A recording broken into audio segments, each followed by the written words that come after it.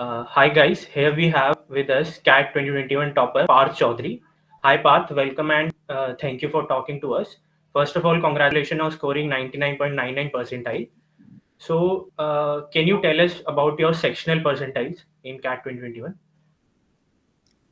Sure. So I had 99.98 percentile in VARC, a 99.72 percentile in DILR, and a 99.99 percentile in Quant. Okay. So, what was your reaction when you saw your scorecard? I mean, were you expecting such a brilliant score uh, when you were checking the result? So. Yeah, so I think because CAT already gives the score sheet in advance, so you already have your raw scores. There are a lot of predictors which are available. You also have a range in your mind. So it was something that I was expecting to a certain extent. But obviously, when it actually comes out and it's actually official, that's always a great moment. So, was this your first attempt for CAT, or you have given previous attempts also? Yeah, this was my first and only attempt. Okay. So, can you tell us about your academic background a little bit? Sure. So I did my schooling from Delhi Public School, Vadodara, in the commerce stream. In my 12th boards, I had a 98.8 percentage. So I was the state topper for that year. Then I'm currently in my final year pursuing BA Honors in Economics from the Sri Ram College of Commerce, Delhi University. So, you are a non-engineer and you have 99.99 percentile. So that makes you one of the three non-engineers who have scored this much marks. So, and there's also, I mean, there's a myth like you have to be from engineering background if you want good scores in quant and DILR. So, what's your take on that Right, as I a think you're absolutely non-engineer? right when you call that a myth. And in fact, that's one of the things that I'm most glad about. I hope everyone seeing this can realize that you really don't need to be from an engineering or any STEM background for that matter to do well on CAT or any of the other exams that people give for their entrances. The idea is that if you prepare well and if you prepare a plan that works for you, uh, CAT is an exam which offers you a lot of scope in terms of strategizing it according to your way. And if you do that well, irrespective of your educational background, you can crack it. So, when did you start your CAT preparation and what was your preparation strategy for So CAT? I prepared for CAT for around 5.5 months. So I started around mid 2021. In terms of my strategy, another thing to note is that I also gave the entrance examinations after my 12th. So that was something that played a pretty good role in terms of me having a strong foundation to build on. So when I started preparing for CAT, it was almost like seeing all of these things for a second time. And that provided me with a lot of comfort with these concepts. So, in terms of my preparation strategy, it was more focused on the questions themselves because questions also lead to a certain level of development of concepts rather than needing to begin from the ground up. So, obviously, if someone is beginning from the ground up, they will have to undergo a different process. But if you're someone who has a certain level of experience or comfort with aptitude tests, so I think focusing on questions and then helping those questions identify the places where you need to work on more and then prioritizing your time and efforts accordingly. I think that's the way to go. So, after you said after 12th, you attempted different entrance examination. So, what entrance examinations you attempt? So after 12th, I was AIR 1 in Symbiosis, Narsimonji, and MSU Baroda. And I was AIR 7 in IIM Indore's IP MAT. So because of that, so I had prepared quite thoroughly. In fact, I had also gone through a few CAT level books at that time. So for me, giving CAT right now was mostly a matter of, say, passion and interest more than anything else. Okay, so also the CAT syllabus is very vast. So, how were you able to complete it, and how much time did it take you to complete the syllabus? I think yeah, you're quite right that the syllabus is quite vast, but ultimately the syllabus can be broken down into certain broad themes, right? So even if you look at quant, there is arithmetic, there's numbers, there's time, speed, distance, there's work, there's geometry. So if you're breaking things down in a certain structured manner, I think that helps you keep track of what you're doing better. So for me, I think I devoted say 2.5 months to first getting a good grasp on the topics themselves by practicing, and then I sort of switched gears and shifted my focus to mocks to develop that test taking ability and that testing strategy. So, also, did you join any MBA coaching institute, or I mean, if you have joined, so I mean, what was your take, like how the coaching institutes play role in the preparation for CAT? Right. So, as I mentioned, so even after my 12th, I was enrolled with IMS, the center here in Vadodara. So that's an association that I continued even for my CAT prep. I think in terms of coaching, there are two elements to it, right? One is the material and the resources side of it, and the second is the people or the mentorship side of it. So in terms of the resources, I think I can't speak for them in terms of my own experience, but what I've heard from my friends, the resources that you'll get, the study material is something that will be quite fine across the institutes. I think what plays a much more important role is the mentorship that they offer, that the faculties there offer. And I think even in my experience with IMS, that was something which played a very important role in how I shaped my journey. Because ultimately, anyone, or not anyone, but many people can teach you how to solve a particular question. But the idea of the mindset that you need, what's the kind of approach you should have, how should you choose which questions to answer, which ones you should leave, that kind of strategizing, sometimes when you need a little motivation, all of those things are something I feel an institute, or more importantly a particular mentor, plays a key role in. So, I mean, you have said mentorship is very important. So, who was your mentor at IMS? So, there would be some So particular at professors IMS, or some students. Yes. So, who was, right. yeah. No, I think I'm quite glad, and I consider myself quite fortunate to have many people that I was in touch with at IMS. Of course, the sir that I was most regularly in touch with was Tridal sir here at IMS Vadodara, but I was also in frequent contact with Vipul sir, Digan sir, Shruti ma'am, and Suchita ma'am. So I think it was always efforts coming in from a lot of sides that helped me get this score. And so in CAT, was there a particular section that feel most challenging to you, and how did you overcome that particular challenge? Personally, for me, I think from the very start of my preparation, I was quite balanced across the sections. So even if you look at the actual result, so while you might feel that the say the percentile in DILR is slightly or at least relatively lower than the other two, I think that's just a natural variation that will happen from test to test. So if you have given say n number of mocks, for me it was almost equal in terms of which sections were doing well, which sections were relatively behind slightly. So it was just something which is a natural variation, which is bound to happen on test day.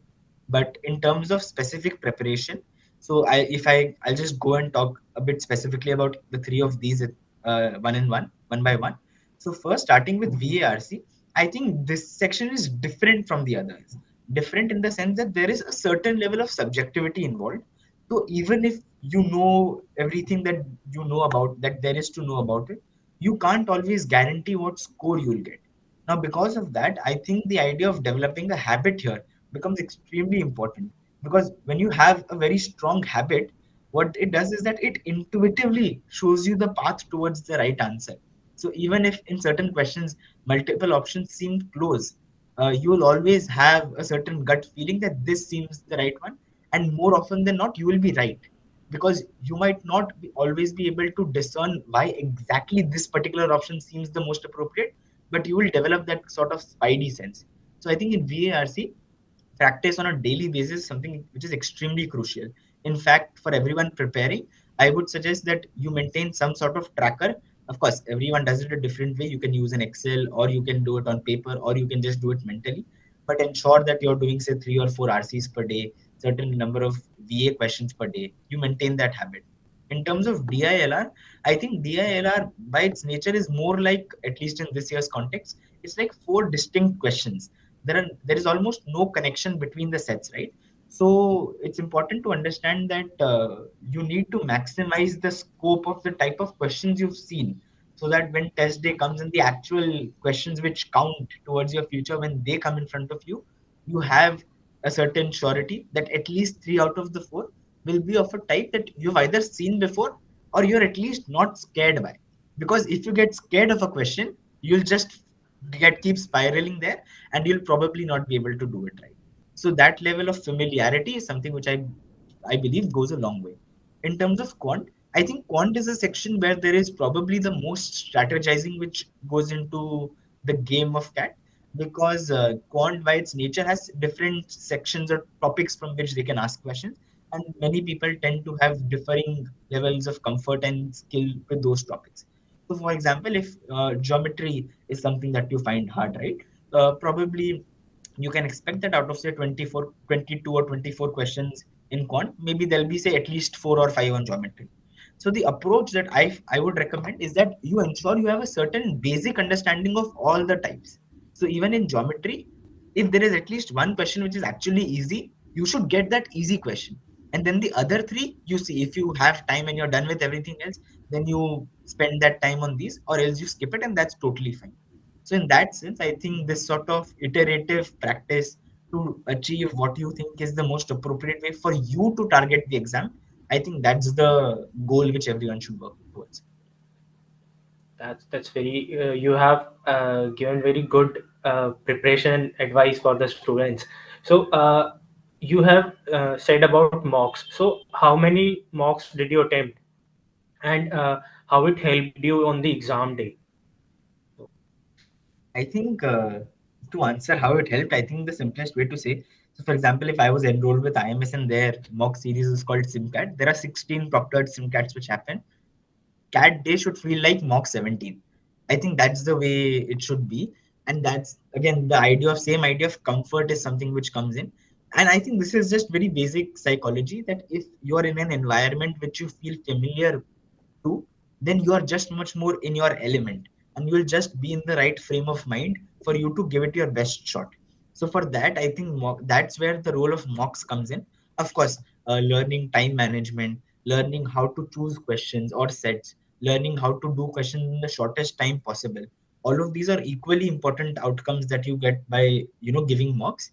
But I think the familiarity with the testing environment is an equally important but often ignored one. In terms of how many mocks I give, I think I would have given a total of say 20 to 25 mocks. That's very good. And also, I believe one of the most important aspects to ace CAT exam is achieving accuracy. So, how did you manage the negative marking in the exam? And I mean, if you are able to tell us approximately how many correct answers you mark in each section. Sure. So again, I'll just take this on a section by section basis. So first of all, in terms of a general strategy, I think again something which is very important is reading speed. Right. Again, this is not something which are going to ask you a question on. How fast can you read this particular passage? That's not the question. But because CAT is a timed examination, this is something that actually plays a role in every single question. So if you're someone who has a good reading speed and you can read pretty fast with a decent level of understanding, it is going to give you an extremely strong competitive advantage. So this is something that I would recommend everyone tries to build upon. Uh, Now, why that helps, right? So in my case, in almost starting with VARC, in almost every single mock that I gave of 40 minutes as a sectional time, I was able to complete the VARC section with at least 5 minutes left in every single mock. And that was something that happened even on CAT day. So now why that happened is again obviously because of the reading speed. So because of this, in the VARC section, I've always had 100% attempts. So whatever is the number of questions on CAT, it was 24. I was able to attempt all 24.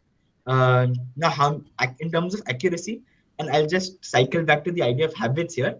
So in most of the mocks that I gave, on an average, out of say 24 questions, I would have 6 to 7 wrong.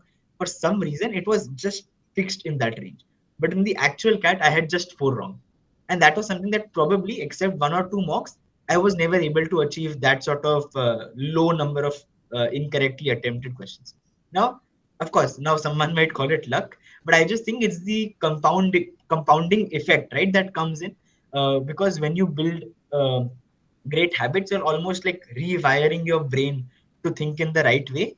And the benefit of that is something that you might not realize on a daily basis when you're preparing. But by the time the actual exam comes in front of you, it will show in your scorecard. Uh, Moving on to DILR, again, 4 sets. Also depends on your reading speed and also your solving speed. I was again in CAT able to attempt all 4 sections. Actually, DILR was the only section where I skipped one question. I left one question unanswered. So out of the total 66 question, I had 65 attempts. So this section I think was split into difficult and easy sets. 2 sets were quite easy. Almost everyone was able to do them with almost everything correct. 2 sets were extremely difficult. So those difficult sets became like the decider. So in my experience, in DILR, you just need to have the skill to think of the set in different ways. So if one particular approach is not giving you an answer, you just need to have the comfort in sort of switching your approach and thinking about it in a different way and hopefully getting an answer with that sort of method. I think that's important. In terms of quant again, I had all attempts. I was able to wrap the section up as in 22 questions with say 4 to 5 minutes uh, left. I had 20 correct out of the 22 attempts. So that gave me a raw score of 58 in that section. In that sense, I think quant was something that was again a moderate section, at least in this year's CAT. And in that, when it's a moderate section, every mark becomes much more important because there are questions which everyone is going to get right, or at least people in the bracket that you are targeting, they are going to get it right. So for you to differentiate and for you to get ahead of others, you just need to get some of the difficult questions right.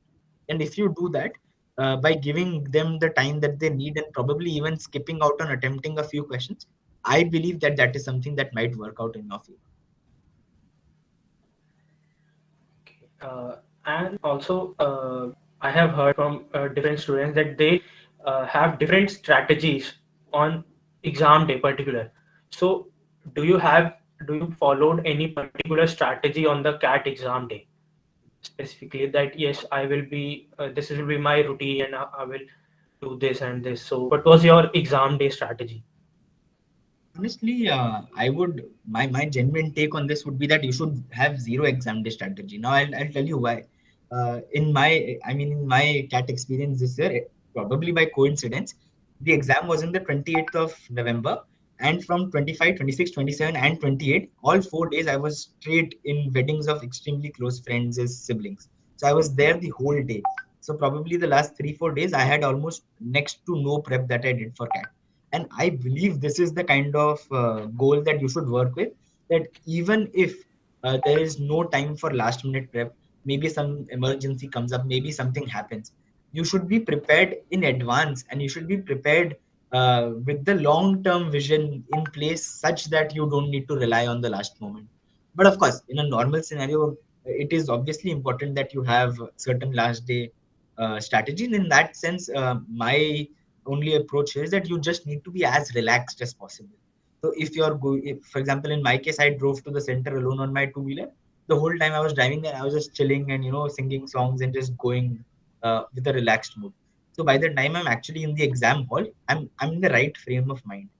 Even then, one thing to note, which probably people from my generation and yours obviously will feel much more troubled by, is that there's a lot of weight that you need to do before you are actually able to start the exam, right? Once you're in your place, then you can't go anywhere. There is almost nothing on the screen, and yet you just have to keep sitting there.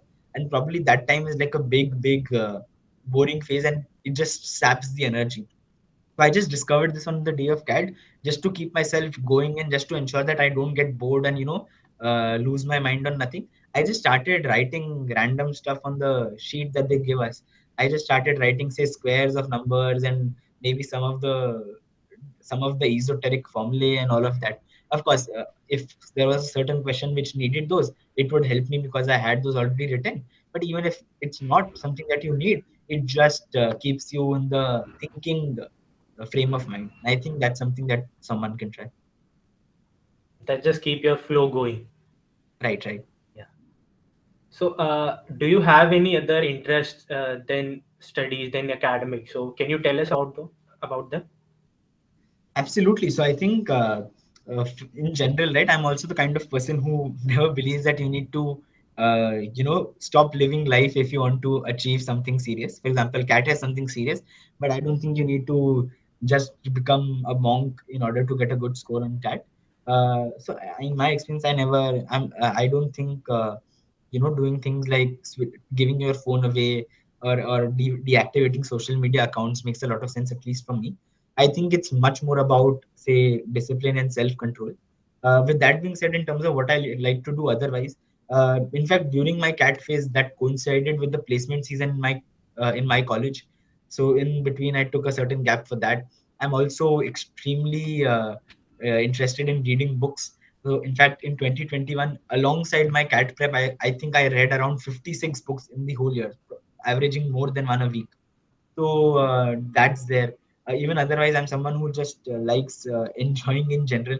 So whatever, of course, whenever COVID permitted and there were enough plans to make it happen, I went on a few trips. I, went out as much as I could with my friends. Of course, I'm not. When I'm saying as much, that doesn't mean I'm spending half of my day out every single day. But whenever there's an opportunity, I tried not to shy away. So I think in general, the idea is that it's more important to ensure that the time you're actually studying is fruitful than it is to maximize the number of hours. Hours is just a number. Of course, you can't study 1 hour a day. You need to do more than that. But it's much more important to see how you can make those number of hours much more outcome driven, much more targeted towards where you need the most practice. And if you do all that, you'll always be on the right track. Yeah. So now, I think after CAT result, different colleges have started to call the students. So how many B schools or how many IIMs have called you for? I don't So think, and I think till now IIMs have been slightly waiting on the calls. As of now, which is say 10th of Jan, there have been no calls which have come out except for IIM Kozhikode, but that's a stage one, so it's not really an interview call. It's a preliminary call of sorts.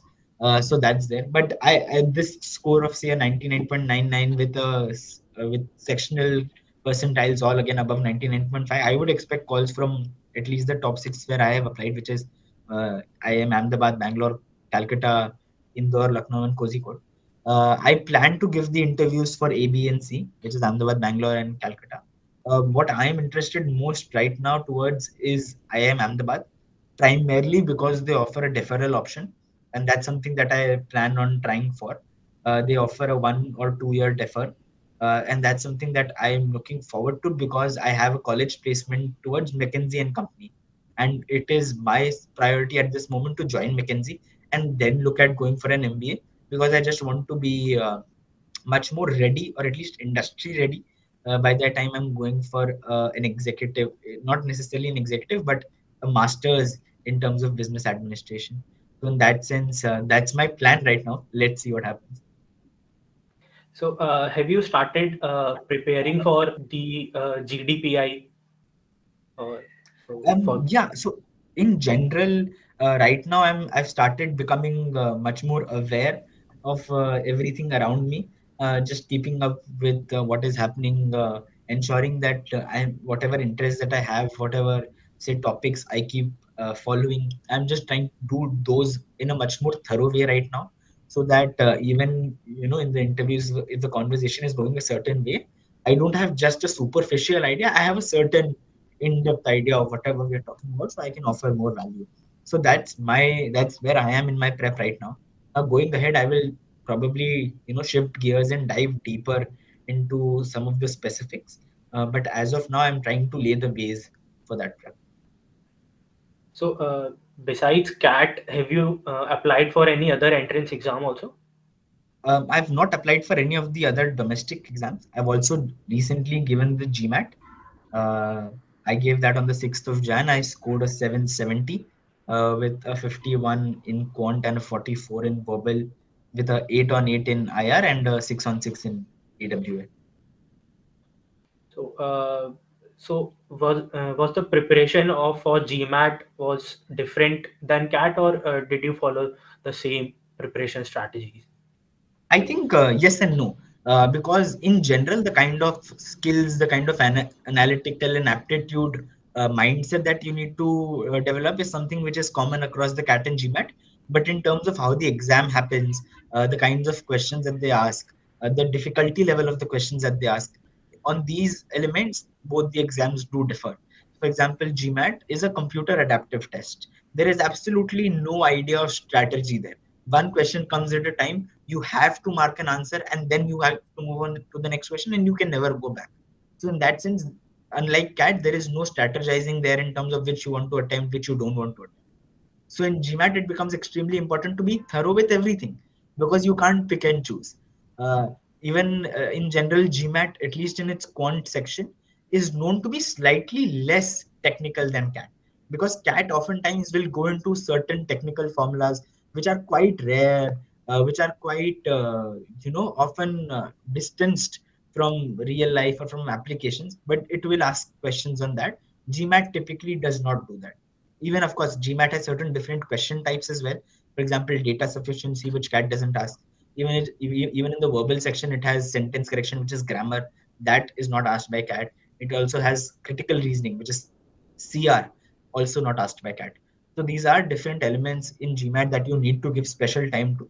But of course, because I prepared for CAT, that also helped me a great deal towards my GMAT preparation. Again, I think it just got me ready to do the GMAT prep well.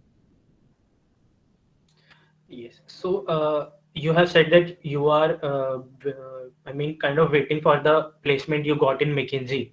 So, after that, you will be planning to do MBA. So, what's Right. your kind of goal after MBA? If you do MBA, so what's your goal after that? I think my goal after an MBA is to know my goal after an MBA, right? So at this stage, I think probably we've not, at least especially given that college has been online, I don't think we've had sufficient opportunity to explore these domains in terms of what they really are. I mean, you can read about them, you can learn about them, but actually experiencing them firsthand and seeing what's the kind of work, whether that kind of work suits you, whether it interests you. I think for the next few years, that's my primary goal, to develop that sense of the direction I want to take. And then, of course, an MBA becomes a facilitator towards that direction. Okay. And now, who is your biggest motivation in your life? You. So for me, around the end of my 11th standard, I lost my dad, and till date he was and remains the biggest source of motivation and inspiration for me. So whatever I have done or I do, be it 12th boards, be it all the entrance exams there, CAT now or GMAT or anything at all, every single element is dedicated to him. Okay. If you have to sum up your whole success mantra in one line, what would be? Habits take time to build, but once they're built, there's nothing like it. So, is there any advice that you want to give to future CAT aspirants? I think the biggest advice that I would have is just the general principle that it's always going to be a personalized experience. So, of course, you should listen to other people. You should probably talk to seniors. You should get an idea of what their experience was, but never copy it. Just understand the important milestones that they saw. Just get ideas from them, but how you implement those always and always has to be your personal experience. And for that to be fulfilled, you need to develop a much stronger sense of where your strengths lie, where your weaknesses lie. Because if you just follow the typical path, it'll just be inefficient for you. You'll be spending times on things you don't need to spend so much time on, and even vice versa. So I just think in general, I mean, of course, this becomes too philosophical if I say be you, but yeah, be you. You have also mentioned in the starting that after 12th you gave exams for IP. IPMAT, and also Narsi Munji. So, what advice would you give to the aspirants who are preparing for those exams? Because I mean, CAT are usually prepared by the candidates who are doing graduation, Right. but for those exams, the candidates are either in their 12th class or just past their 12th class. So, what was the preparation strategy you want? Right. No, absolutely, because I think at that stage, that will probably be everyone's first experience with aptitude tests in general, which is something that probably, in at least in most students' experience, that's something that they've never been exposed to. So, because of that, it might be a slightly more difficult experience. I mean, not the difficulty of the exams, but as an experience, it's probably a slightly steeper learning curve there. So, in that context, if someone is, in their 11th or 12th, I think number one, start slightly early, maybe start around the starting of your 12th. So what that does is that you have time to, dive into everything. You don't need to just give it 2 months and make those 2 months extremely intense. You have the time to, slightly take your own pace. You can ease into it. And I think that makes it a smoother ride. So that should help. And two, again, at that time, I think it's important for you to just give yourself time ultimately, because if you're in school you'll also be preparing for your boards. So at least for the first few months, or at least while your boards haven't happened, till then you don't need to focus too intensely on preparation for these examinations. You just need to have it happening on the side. In fact, for example, in my schedule, it was just like 4 hours of classes every Sunday. So because it's on a Sunday, you also get a change, right? Every day you're studying NCRT, you're studying your school topics and subjects, but then on the weekend you get something different to do. It's sort of refreshing, at least it was for me. So that's also probably a reason you should start that prep. And then when you've started doing it, you don't need to take too much burden of it. Just let it happen simultaneously. Uh, my last question for you is related to fear and anxiety. It's a very common issue these days, and at some point or other, everyone feels it. So, did you have a fear of making it or felt anxious? So, how did you overcome it? No, I think first of all, it's something which has always been there. In fact, it's probably great that people have started talking about it more, as you're asking me, so people can just be much more open. And on the same lines, I think if you're feeling fearful of what will happen in the examinations, or you're feeling anxious around the whole idea, it's absolutely normal. I mean, such examinations, they're just pivotal moments, right? So it's quite normal to feel worried about moments, because then you're like, what if it doesn't happen, or if it doesn't work out well? uh, in that case, the only advice that I will have, I think these are not do or die moments. These are, you if you do it great, you will get an absolute advantage in terms of where your life is going. Yes, but if you don't do great at it, that's never the end of the world. If your cat doesn't go well, there's a snap, there's a zat, there's a cmat, there's 10 other examinations. If none of them go well, there's another year for you. If that doesn't happen, you can do something on your own. You don't need an MBA. So there's always going to be another option available. That doesn't mean you don't work well towards what you're doing, but you don't need to tie up your whole worth around that one score. Okay. So that's all from my end. So from Aglasem, we want to wish all the best for your future endeavors, and we thank you for talking to us and giving your valuable time. So thanks, and Thank all you the so best for much. your future. Thank you. Thank you.